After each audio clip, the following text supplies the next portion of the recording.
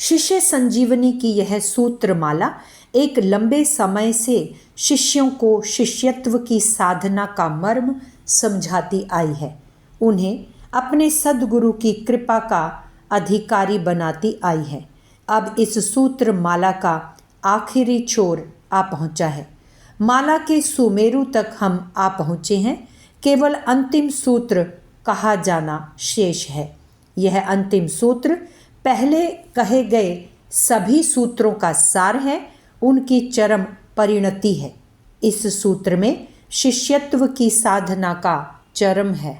इसमें साधना के परम शिखर का दर्शन है। इसे समझ पाना केवल उन्हीं के बूते की बात है जो इस साधना में रमे हैं, जिन्होंने पिछले दिनों शिष्य संजीवनी को बूंद बूंद कर पिया है, इस औषधि पान के अनुभव को पल पल जिया है। इस सूत्र को समझने के लिए वे ही सुपात्र हैं जिन्होंने अपने शिष्यत्व को सिद्ध करने के लिए अपने सब कुछ को दांव पर लगा रखा है।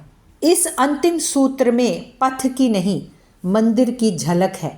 पथ तो समाप्त हुआ, अब मंगलमय प्रभु के महाअस्तित्व में समा जाना है।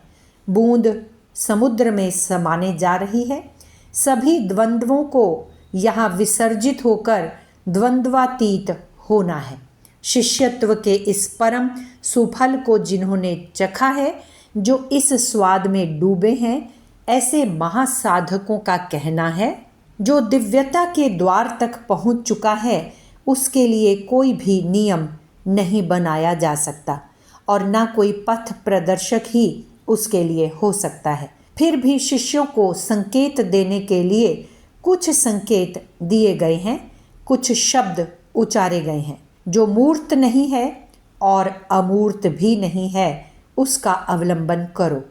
केवल नाद रहित वाणी सुनो, जो बाह्य और अंतर दोनों चक्षुओं से अदृश्य है। केवल उसी का दर्शन करो, तुम्हें शांति प्राप्त हो। शिष्यत्व की साधना का यह अंतिम छोर अति दिव्य है।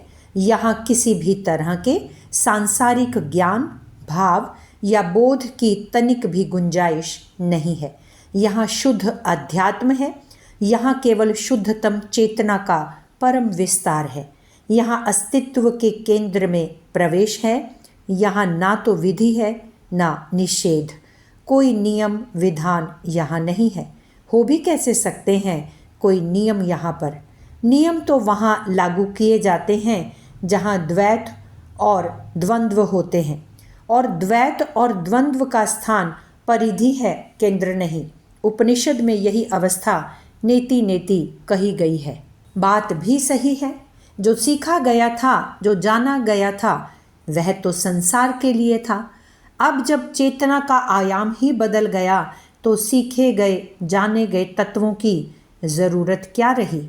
इसीलिए यहाँ कोई नहीं है और ना ही पथ प्रदर्शन की ज़रूरत। यह तो मंजिल है और मंजिल में तो सारे पथ विलीन हो जाते हैं। जब पथ ही नहीं तो फिर पथ प्रदर्शन कैसा? यहाँ तो स्वयं को प्रभु में विलीन कर देने का साहस करना है। बूंद को समुद्र में समाने का साहस करना है। जो अपने को संपूर्ण रूप से खोने का दुस्साहस करता है, वही प्रवेश करता है। इसीलिए सूत्र कहता है कि यहाँ ना तो कोई नियम है और ना कोई पथ प्रदर्शक। यहाँ खड़े होकर जो मूर्त नहीं है और अमूर्त भी नहीं है, उसका अवलंबन लो। मूर्त यानी कि पदार्थ अर्थात साकार, और अमूर्त अर्थात निराकार। सूत्र कहता है कि इन दोनों को छोड़ो और दोनों से पार चले जाओ। यह सूत्र थोड़ा समझने में अबूझ है, परंतु बड़ा गहरा है।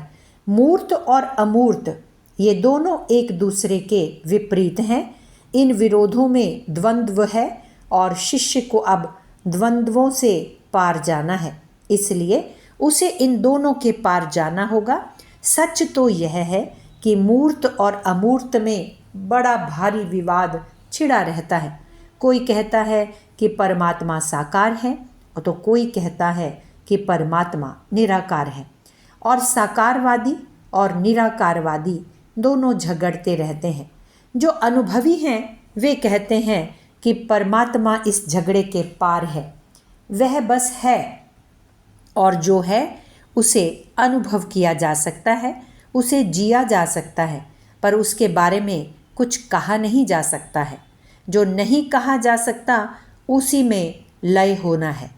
अगली बात इस सूत्र की और भी गहरी है। इसमें कहा गया है, केवल नाद रहित वाणी सुनो। बड़ा विलक्षण सच है यह। जो भी वाणी हम सुनते हैं वह सब आघात से पैदा होती है, दो चीज़ों की टक्कर से, द्वंद्व से पैदा होती है। हवाओं की सरसराहट में वृक्षों के झूमने, पत्तियों के टकराने का द्वंद्व है। ताली बजाने में दोनों हाथों की टकराहट है। हमारी वाणी भी कंठ की टकराहट का परिणाम है। जहाँ जहाँ स्वर है, नाद है, वहाँ वहाँ आहत होने का आघात है। परंतु संतों ने कहा है कि एक नाद ऐसा भी है जहाँ कोई किसी से आहत नहीं होता। यहाँ नाद तो है पर अनाहत है। भगवान बुद्ध कहते हैं, जो आघात से, संघात से पैदा होता है, आहत होने से जिसकी उत्पत्ति होती है, वह मरणशील है, उसे मरना ही है। इसके विपरीत जो अनाहत है वह शाश्वत है। मंत्र शास्त्र ने इसके श्रवण की व्यवस्था की है। इन पंक्तियों में हम अपने पाठकों को एक अनुभव की बात बताना चाहते हैं। बात गायत्री मंत्र की है, जिसे हम रोज़ बोलते हैं। यह बोलना दो तरह का होता है। पहला जिह्वा से, दूसरा विचारों से। इन दोनों अवस्थाओं में संघात है, परंतु जो निरंतर इस प्रक्रिया में रमे रहते हैं उनमें एक नया स्रोत पैदा होता है। निरंतर के संघात से एक नया स्रोत फूटता है, अंतस के स्वर। ऐसा होने पर हमें गायत्री मंत्र बोलना नहीं पड़ता, बस सुनना पड़ता है। फिर तो हमारा रोम रोम गायत्री जपता है।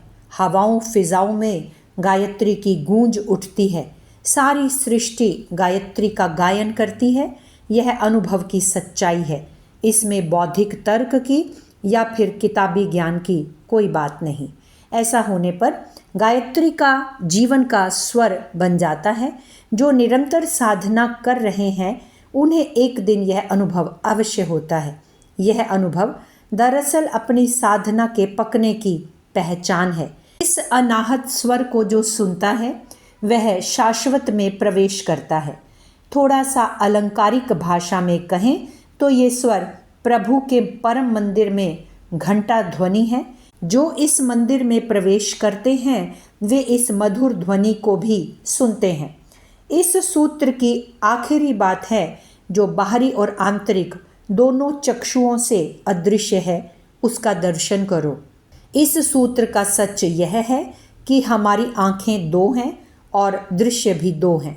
पहली आँख हमारी दृश्य इंद्री है, जो घटनाओं को देखती है। वस्तु, व्यक्ति, पदार्थ, संसार इससे दिखाई देता है। जबकि दूसरी आँख हमारे मन की है। यह विचारों को देखती है, तर्क और निर्णय की साक्षी होती है। भगवान का सच, अध्यात्म का अंतिम छोर इन घटनाओं और विचारों दोनों के ही पार है। इसके लिए हमें मन के पार जाना पड़ता है। जो मन के पार जाते हैं वहाँ उस अदृश्य का दर्शन करते हैं। और अनुभव तो यह कहता है कि अपना मन ही उस अदृश्य में विलीन हो जाता है। इस विलीनता में ही शांति की अनुभूति है, जो शिष्य को अपने गुरु के कृपा प्रसाद से मिलती है। यहाँ सब कुछ स्वयमेव शांत हो जाता है।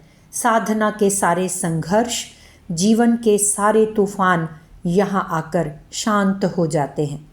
बस यहाँ तक शिष्य और गुरु का द्वैत भी समाप्त हो जाता है। शिष्य दिखता है, होता नहीं है। अस्तित्व तो उसी परम सद्गुरु का होता है।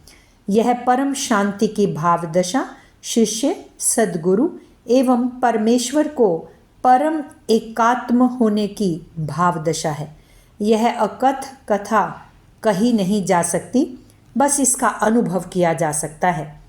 बड़भागी हैं वे जो इस अनुभव में जीते हैं और अपने शिष्यत्व की सार्थकता का अनुभव करते हैं। शिष्य संजीवनी, लेखक डॉक्टर प्रणव पंड्या। अगर आपको हमारी यह वीडियो पसंद आई हो तो इसको लाइक करें, कमेंट और शेयर ज़रूर करें और हमारे YouTube चैनल ऋषि चिंतन को सब्सक्राइब भी कर लें।